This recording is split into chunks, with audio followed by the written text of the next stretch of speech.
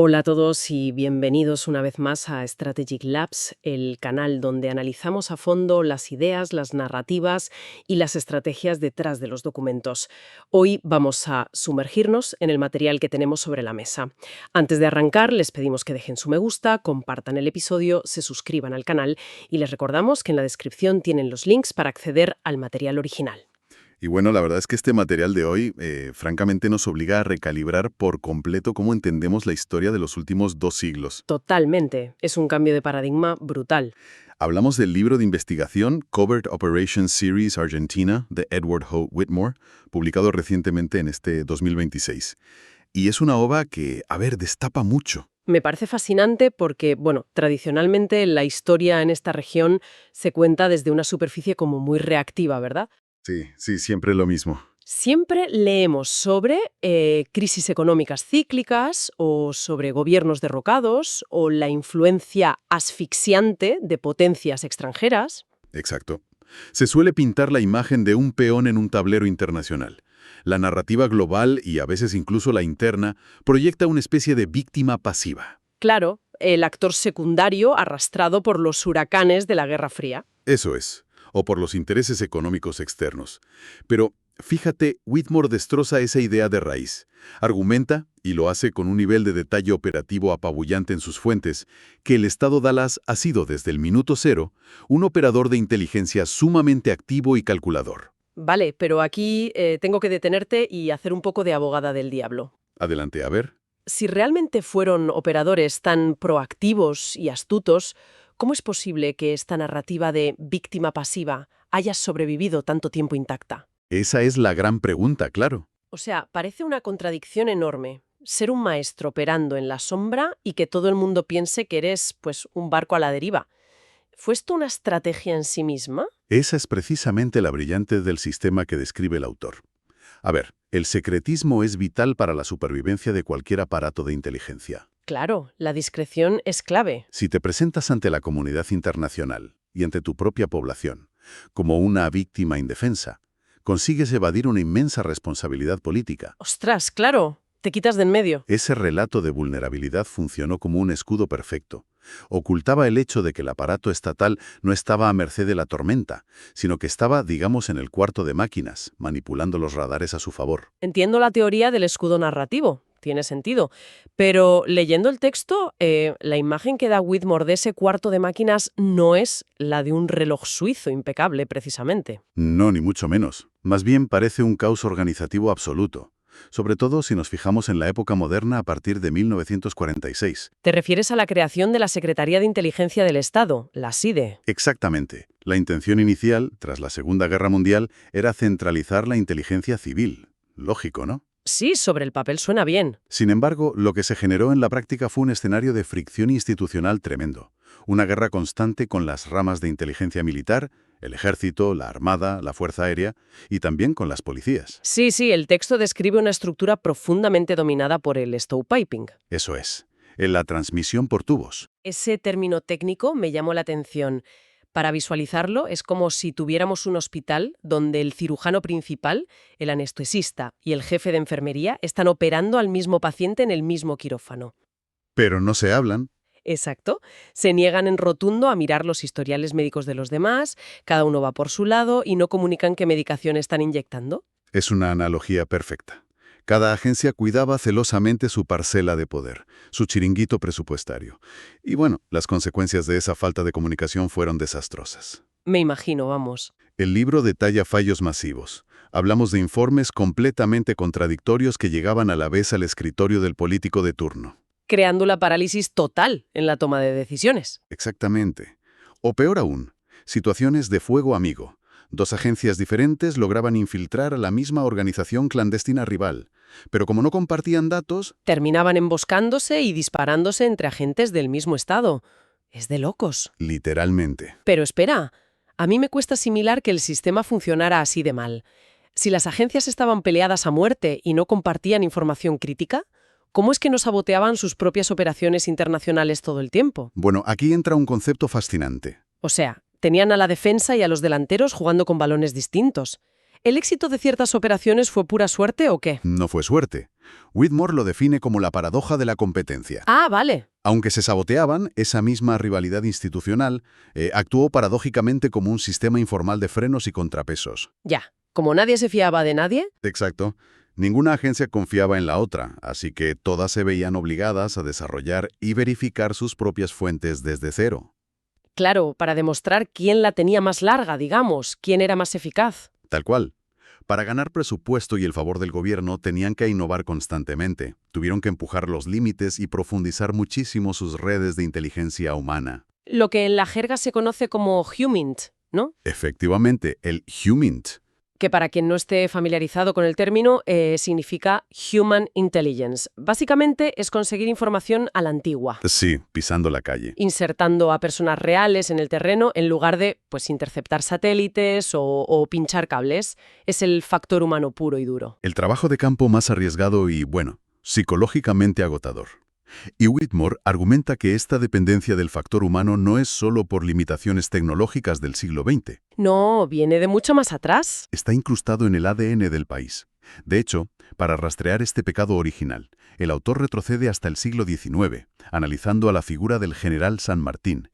Esto es lo que más me rompió los esquemas del documento. Yo estaba muy sorprendida. Es un giro histórico interesantísimo. Uno siempre se imagina la independencia y a San Martín cruzando los Andes a caballo o enfrentándose a la nieve a pura fuerza de voluntad. Una imagen de valentía física total. Claro, la epopeya clásica. Pero el texto te dice que no, que San Martín fue en realidad el primer gran director de inteligencia militar de la región, el arquitecto de la llamada Guerra de Zapa. Sí, la Guerra de Zapa fue esencialmente una campaña de guerra psicológica, desinformación y recolección clandestina. Brutal. San Martín entendió rápido que se enfrentaba a un ejército del Imperio Español muy superior. Así que, años antes de mover a un soldado hacia la montaña, empezó a manipular la mente del enemigo. El nivel de detalle táctico aquí es espectacular. Quiero que nos detengamos para entender el cómo de esta operación. Fíjate en la logística del engaño. San Martín necesitaba imperiosamente que los comandantes realistas creyeran que el ataque principal cruzaría por los pasos montañosos más lógicos. ¿Qué hizo? Envió destacamentos minúsculos a las montañas para encender hogueras gigantescas. Sí, montaban un espectáculo tremendo. Hacían un ruido bárbaro y montaban estructuras que desde lejos parecían campamentos masivos. Y lo hacían sabiendo que los espías españoles estaban observando desde los picos vecinos. Claro, y esos espías volvían corriendo a sus bases completamente aterrorizados. Convencidísimos de haber visto al grueso del ejército preparándose para atacar por el sur. Pero San Martín no se detuvo ahí. Utilizaba a informantes locales a los que engañaba deliberadamente. Los enviaba a cruzar la frontera para que supuestamente traicionaran a las tropas y filtraran planes falsos. Hasta interceptaban sus propias comunicaciones a propósito. Dejaban caer documentos falsificados en mochilas de correos que casualmente eran emboscadas por patrullas realistas. Es que creaban un laberinto informativo, un nivel de control que hoy llamaríamos operaciones de influencia de élite. ¿Y el resultado?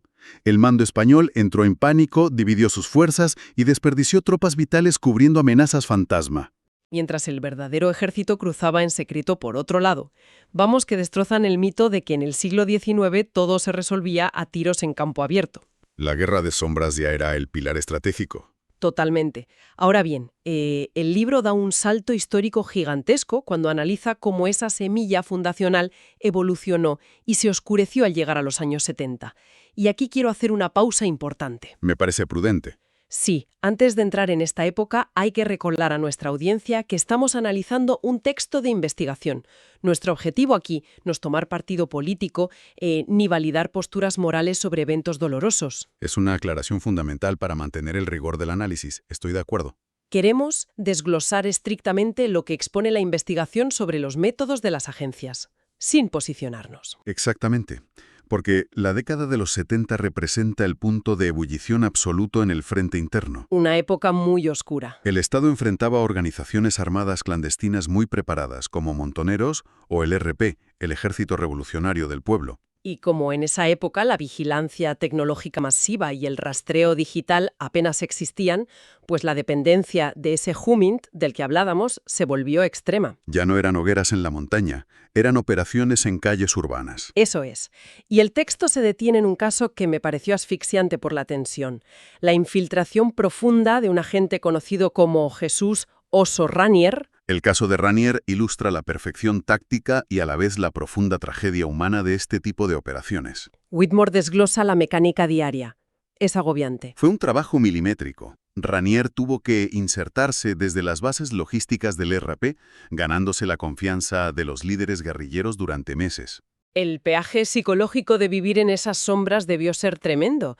Piensa en la paranoia incesante de este hombre. Un lapsus verbal y estabas muerto. Exacto, una reacción facial equivocada o desconocer el argot interno significaba la exposición inmediata, interrogatorios y muerte. Tenía que fingir simpatizar plenamente con ellos. Cortar lazos emocionales con su vida real. Mantener una frialdad de cirujano para memorizar nombres y depósitos de armas para luego transmitir todo a la inteligencia estatal. Y el impacto táctico de eso fue tectónico.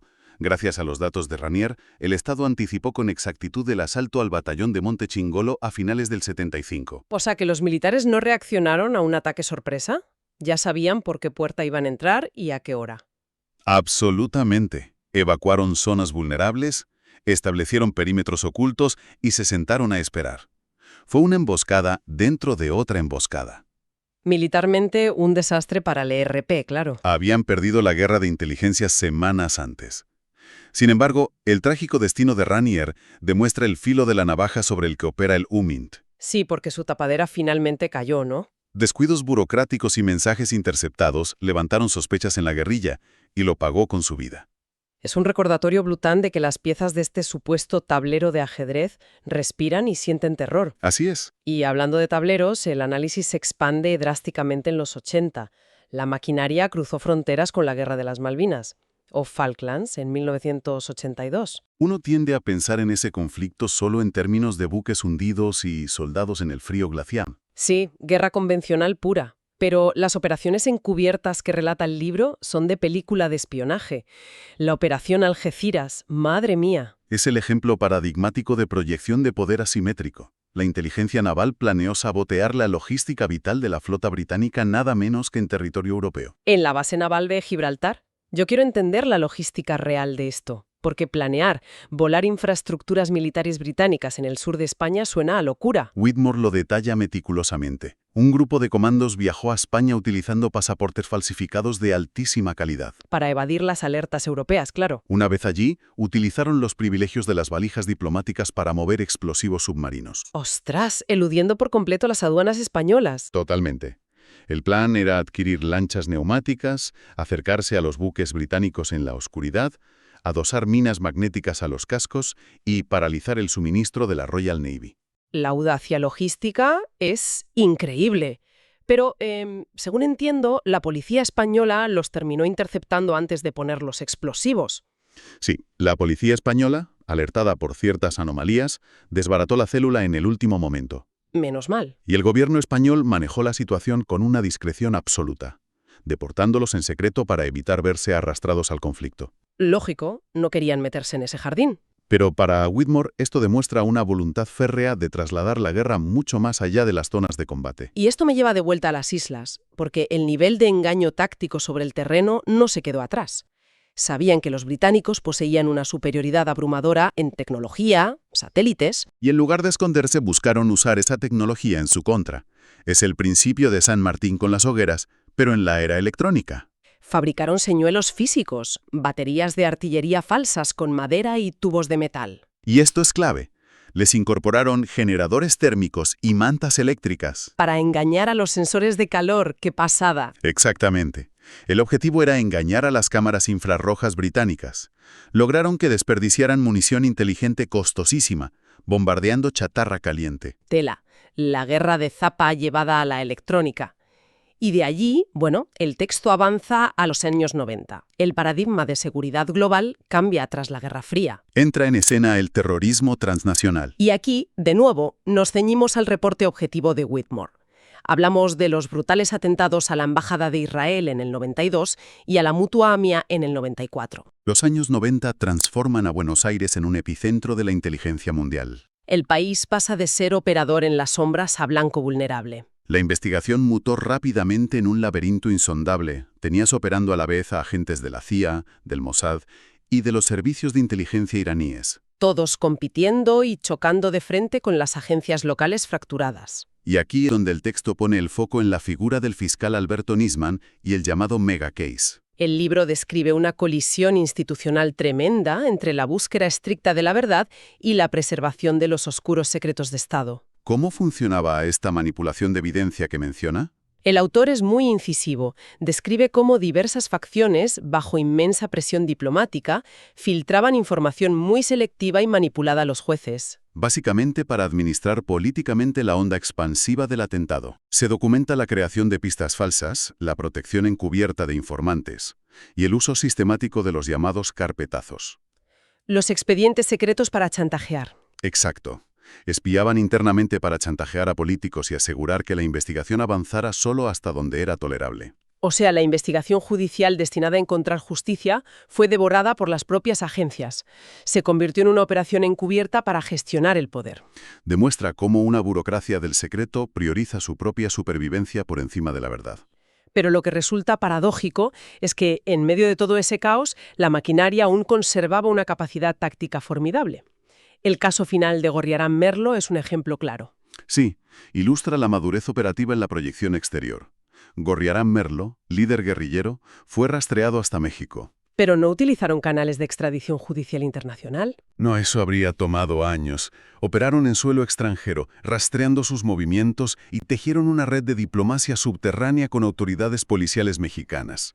Para hacer una detención silenciosa y una deportación express, saltándose los radares de la prensa. Fue una operación de precisión quirúrgica. Confirmó a la comunidad global que este aparato seguía teniendo la capacidad de ejecutar objetivos en cualquier parte. Viendo todo este inmenso recorrido, desde San Martín manipulando con fogatas en las cumbres nevadas, pasando por los infiltrados en la clandestinidad, hasta el asfixiante laberinto geopolítico de la AMIA. La profunda psicología de la guerra oculta sigue siendo exactamente la misma. Esa es la tesis unificadora.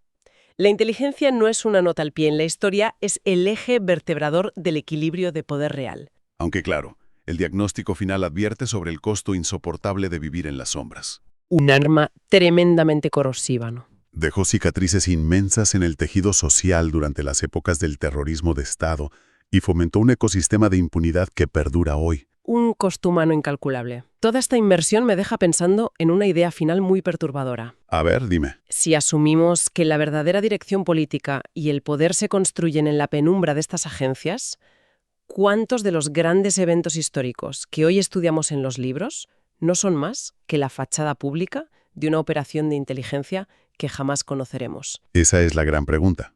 Hemos comprobado cómo el aparato de inteligencia ha sido simultáneamente un arquitecto implacable y el principal campo de batalla. Desarmando por completo esa ingenua ilusión de pasividad histórica. Totalmente. Llegamos al final de este análisis. Si el episodio les sumó valor, por favor denle me gusta, compártanlo y suscríbanse al canal Strategic Labs para que sigamos desarmando relatos. Recuerden revisar la descripción del vídeo. Nos vemos en el próximo análisis.